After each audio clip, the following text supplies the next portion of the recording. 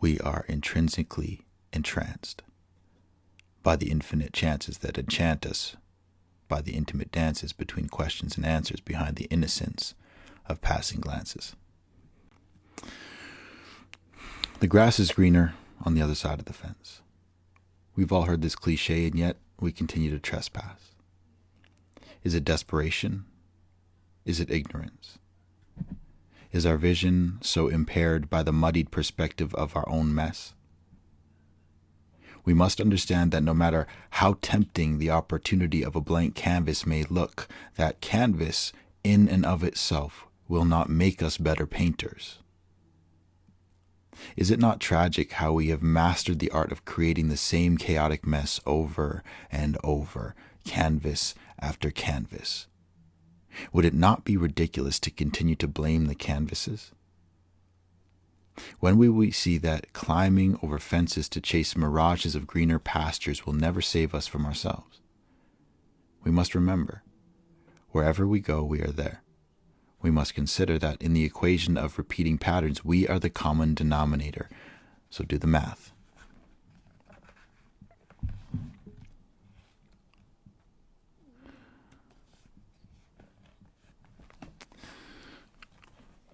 Hit that like button for me, if you would. Somebody needs to hear this.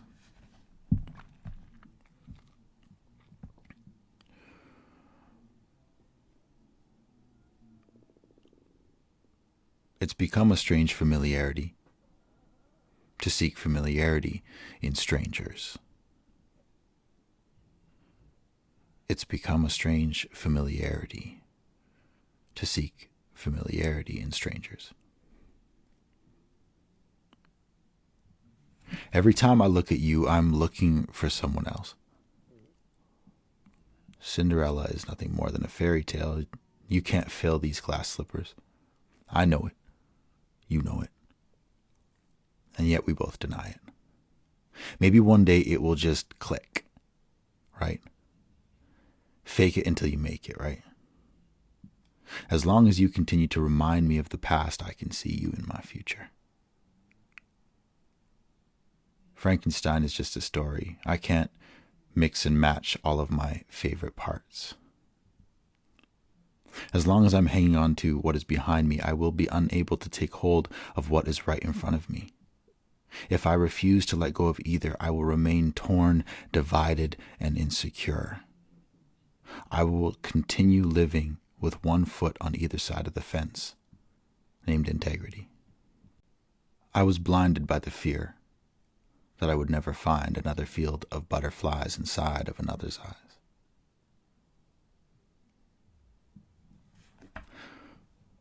No one will ever make us feel the same way that we once felt with someone else.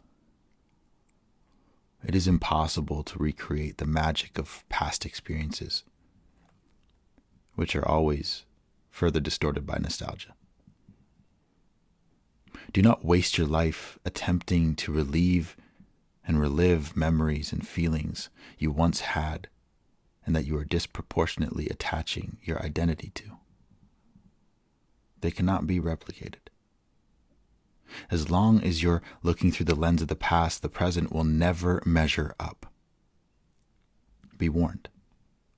Depression and regret wait like silent shadows on your doorstep, salivating, feeding on your thoughts, until they grow powerful enough to swallow you whole. We are strangers at night, dancing down side streets of cities that don't know us, hoping to find something concrete to hold us.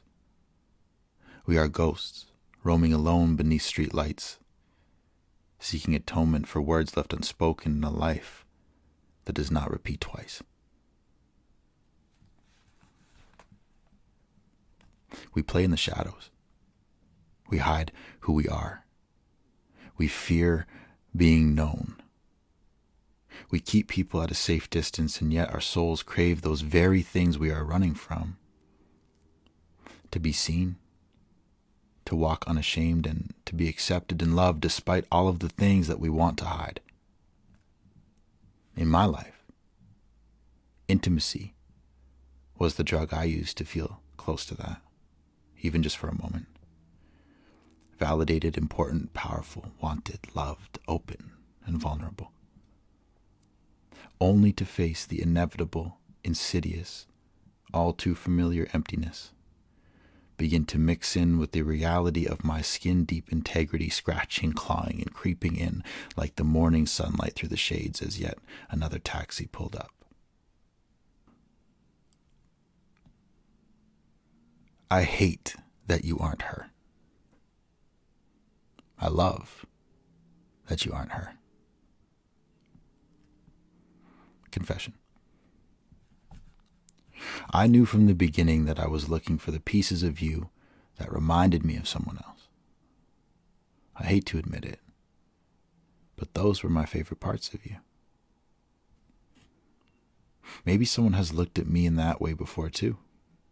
It's not unlikely. It's actually kind of funny in a twisted sort of way to think that it was those very pieces that I clung to when you first betrayed my trust. It was not even you that I was hanging on to. It was an idea of you, an idea of us, so maybe it was I who betrayed myself after all. I knew from the beginning. I wasn't there for you. I was there for me. You filled the space. You numbed the pain. What I've learned since? Abusing painkillers often leads to addiction. My broken piece. Your broken piece. You believe I'll fix you. I believe you'll fix me.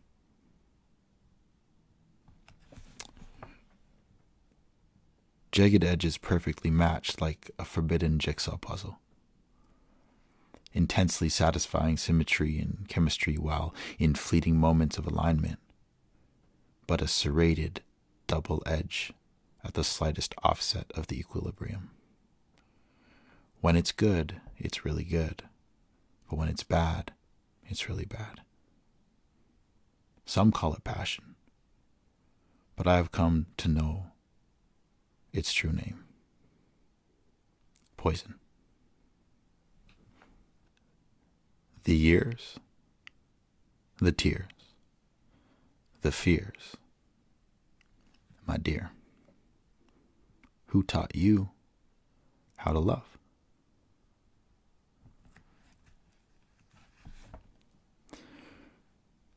We can only give from what we have first received.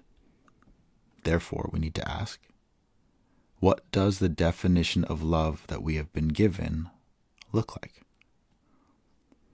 Because the love we are able to give can only be a reflection of that. Tragically, our definitions of love have far too often become eroded, broken, and abused beyond recognition as a result of our experiences and traumas. If we continue to receive our definition of love from those conditional, broken, and temporary places and people, the love we will be able to give will remain equally conditional, broken, and temporary. This includes the love that we are able to give to ourselves.